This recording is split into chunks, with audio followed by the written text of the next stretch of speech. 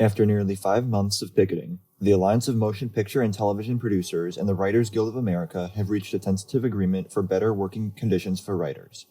With this agreement coming to fruition, it means that a lot of projects across the entire industry are able to resume now that writers have been given a fair deal and can get back to work.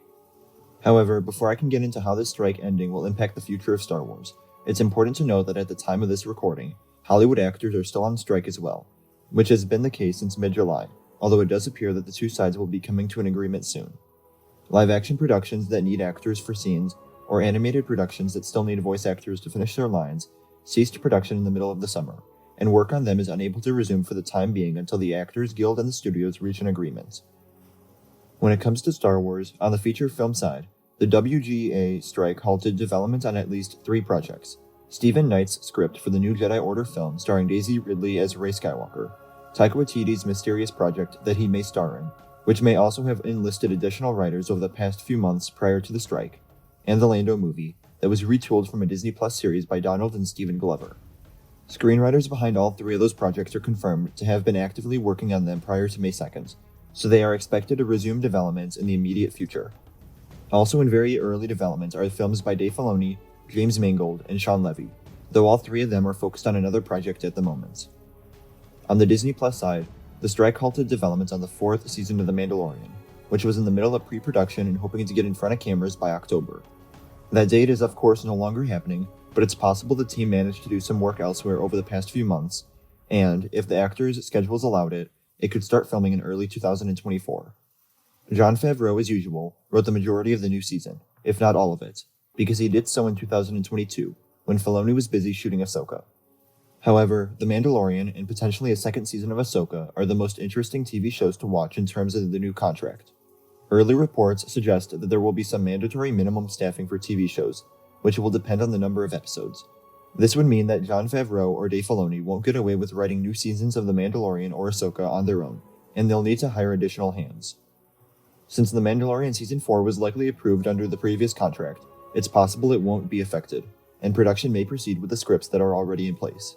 But future seasons will be different, should they happen. And yet, we understand that there is some form of a writer's room assembled at Lucasfilm during the writing process, which is where names like Noah Clore emerged from, who worked on the Book of Boba Fett and The Mandalorian Season 3. Favreau isn't forced to credit them if their contributions didn't make it into their final draft, but he will have to pay them. Tony Gilroy also had to step out of the Andor set due to the conflicting duties as writer, showrunner, and executive producer, and the show was forced to spend 2.5 months shooting without any writers on set, nor the ability to communicate with them. Gilroy will now be able to catch up with everything that's happening, though the production will have to wait for the actors' strike to be wrapped up before they can start rolling again. They have about 4 to 6 weeks left of shooting, and it's unknown how they will schedule them.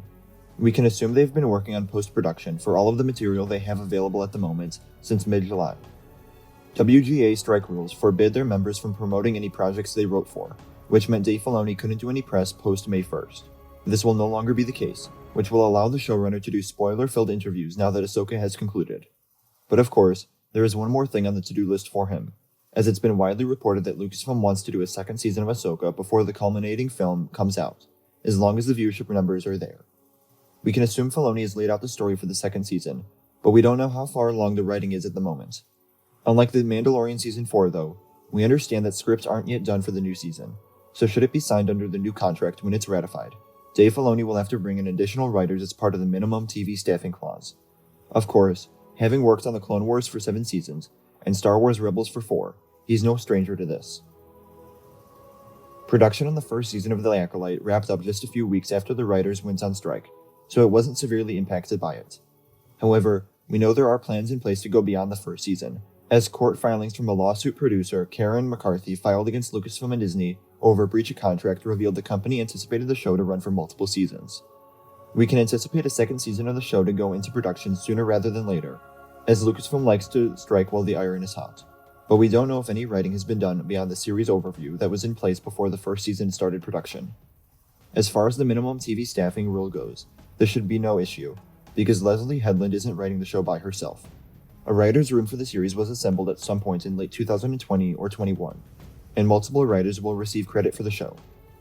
No release date has been set for The Acolyte, and though we once expected it to come out on Disney Plus during the second quarter of 2024, I wouldn't be surprised if it turned into late summer.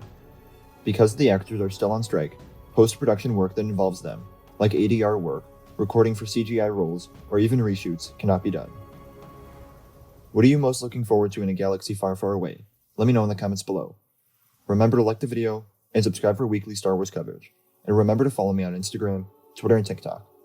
Thank you all for watching, and remember, the Force will be with you. Always.